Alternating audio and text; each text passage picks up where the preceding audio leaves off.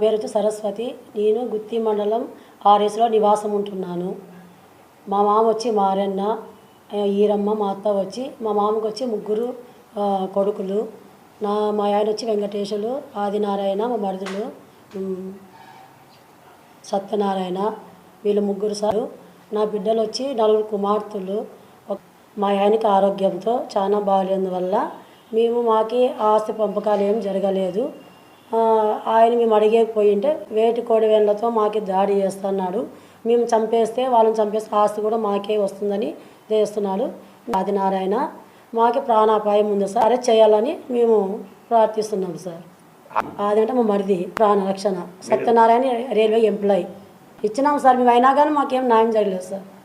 అందుకే మేము డీజీ మేడంతో వచ్చి మా ప్రాణాపాయం మేము ఉంది కాబట్టి మేము వేడుకుంటున్నాము. మాకు రక్షణ కావాలా, వాళ్ళని అరెస్ట్ చేయాల. సత్యనారాయణ, ఆదినారాయణ. మా చెల్లి 2002లో గుత్తికి ఇచ్చినాము. గుత్తి మండలము ఆర్ఎస్ గ్రామానికి ఇచ్చినాము. మారెన్న కొడుకు పెద్ద కుమారుడు వెంకటేష్కి ఇచ్చినాము. వెంకటేష్కి ఇచ్చినాక అప్పుడు ఉండి ఉద్యోగం లేదు.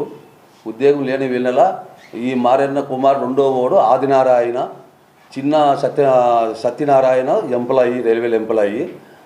మా మామ వాళ్ళ మా చెల్లెలి సరస్వతి వాళ్ళ మామ ఆస్తి అంతా ఆయన డెవలప్మెంట్ చేస్తూ ఏమి జరిగినా కానీ నెలకు 5,000, 6,000, 7,000 ఇస్తూ ఇప్పుడు మా బావమరిదికి ఏం బాగలేదు.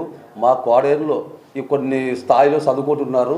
చదువుదానికి లెక్కలు గిక్కలు ఏమి ఉన్నట్ల ఇస్తే ఎవరికి పుట్టారు మాకు పుట్టలేదు, మీకు ఏం సంబంధం లేదు, ఇచ్చేది లెక్క ఇచ్చేది లేదని వాళ్ళు దాడి చేసేకి మా కోడళ్ళ మీద, మా బావమరిది మీద, నా చెల్లెల మీద కోడలి దాడి చేసేకి వచ్చారు. కాబట్టి ఇది మాకు నా బావమరిదికి, నా చెల్లెలకి, నా కోడళ్ళకి ప్రాణరక్షణ కావాలని డీజీ మేడంతో కలిసినాము. ఇది మాకు న్యాయం కావాలని మేము కోరుతున్నాము.